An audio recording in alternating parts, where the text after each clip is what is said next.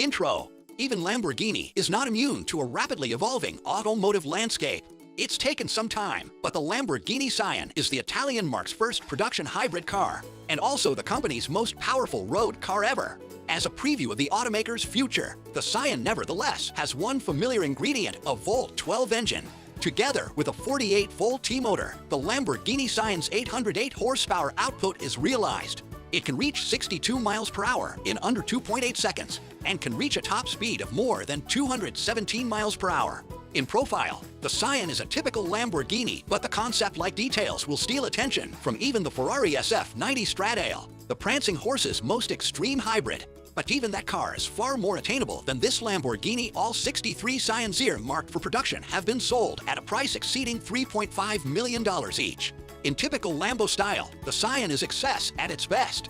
Based on the Aventador, the Lamborghini Sian arrives as the first production hybrid car from the Italian brand. The Sian FKP37's Volt 12 is shared with the Aventador SVJ, but it adds an electric motor to make it the most powerful production Lamborghini ever. The Sian has a completely new and dramatic design, with hexagonal taillights said to be inspired by the Countach. And it's this supercar that we will be reviewing today, so stick around till the end. And don't forget to subscribe to our channel Drive Time if you still haven't, and turn on the notification bell to be notified with our latest videos. Let's get right into it. Exterior. Lamborghini designed the Sian from scratch, ditching most of the familiar features seen on cars like the Huracan and Aventador. But it remains recognizable as a Lamborghini, and more importantly, it seems to be a tribute to the iconic Countach.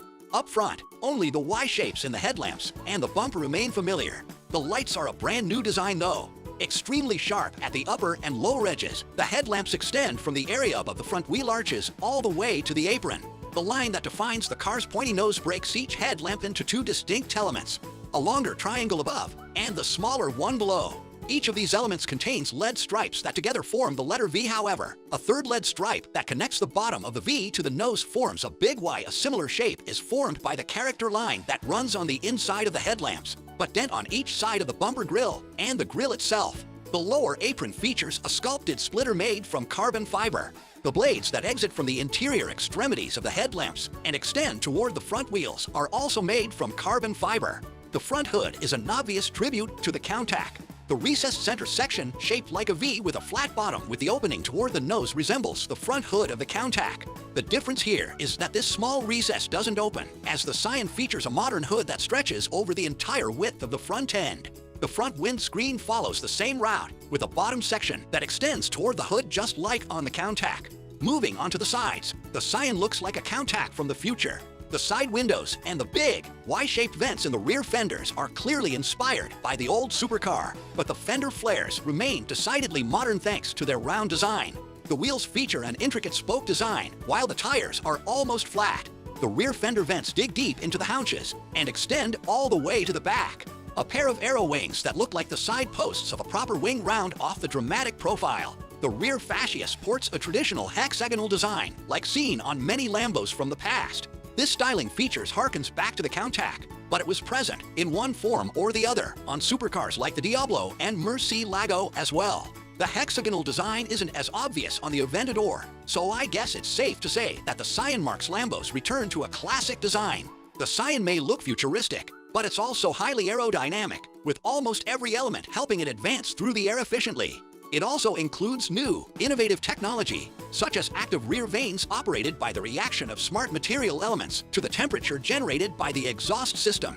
When things get hot, the material reacts and rotates the vanes to cool down. Interior. Impressed by the Sian's exterior?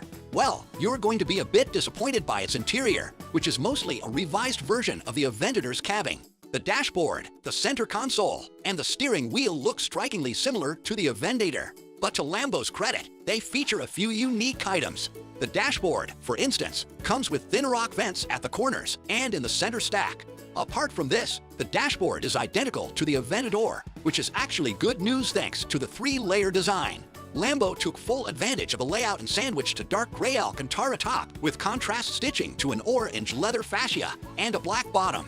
The lower center stack houses a new, tablet-style infotainment display. More good news comes from the lower center stack, which now houses a new, tablet-style infotainment display. The unit runs into a revised control panel, which then continues into a cool, Y-shaped carbon fiber cover for the center console. The steering wheel also seems identical to the Aventador's, but it now features carbon fiber spokes and a different type of Alcantara on the grip areas. White contrast stitching is visible on the inside of the rim. Lambo revised the door panels to showcase a more intricate design, including a Y-shaped center section in a two-tone finish, new metal trim, and an upper section with geometric shapes. The seats are wrapped in fancy Poltrona-Frau leather, which, for the first ever, features 3D printed parts. Lambo went with the same two-tone layout that combines black with burnt brown that has a gold tint. Naturally, customers will be able to order just about any color combinations they like through the Ad Personam program, engine, and performance. First thing you have got to know about this vehicle is that it's Lamborghini's first hybrid car, which means it has benefits of both gasoline and electric worlds. Another special thing inside is the use of superconductors.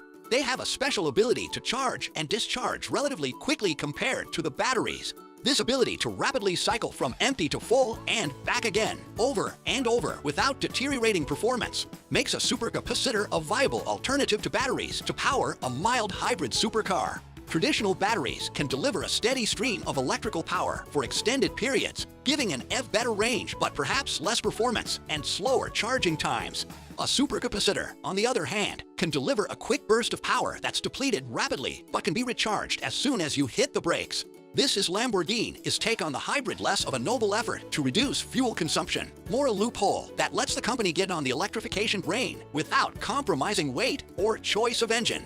The Sian's 6.5-liter naturally aspirated Volt 12 is the same engine you'll find in the Aventador SVJ, just with titanium inlet valves and some ECU tweaks. In the SVJ, this engine produces 759 HP. In the Sian, 774 HP. Add in the 34 HP from the electric motor, and you get to the staggering total output of 808 HP. That's in a car that costs somewhere between $2 million and $3 million, depending on spec. Easily 4 times the sticker price of the Aventador SVJ.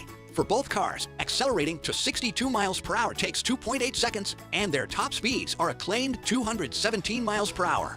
Off the line, the benefits of the Sian's electric motor are minimal. At higher speeds, however, the electric motor fills in the spaces where torque might be lacking, allowing for smoother and quicker acceleration at speed.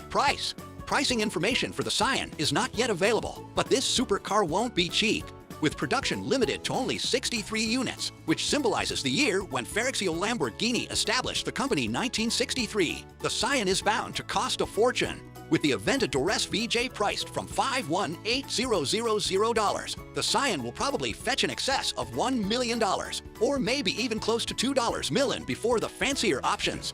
But don't get your hopes up on ordering one. Lambo probably sold all 63 units before the car was unveiled. But while the Sian is notably more expensive than the Aventador, it's by no means the most expensive Lamborghini ever built. This title goes to the Veneno Roadster, limited to only 9 units and priced at around $3.6 million. The coupe version, of which only 3 were manufactured, was sold for $3.3 million. The Sesto Elemento, built in 20 examples, was sold for $2.3 million a pop, while the unique Aventador J was sold for $2.2 million. Outro. Just like many others, this was Lamborghini's first ever hybrid supercar, which has always broke records. Though being out of league of an average American, for those with millions in disposable funds, they're getting a truly special-looking, high-performance machine with myriad customization options. Not only is the 2021 Sian an electrifying Lamborghini, but it also moves like a metaphorical bolt of lightning, too. Well, there you have it, the complete review of the Lamborghini Sian. If you liked the video, then make sure to give us a thumbs up and subscribe to our channel Drive Time. We would love to hear your thoughts in the comments section below. Thanks a lot for watching, and we will see you in the next video. Until then, have a great day.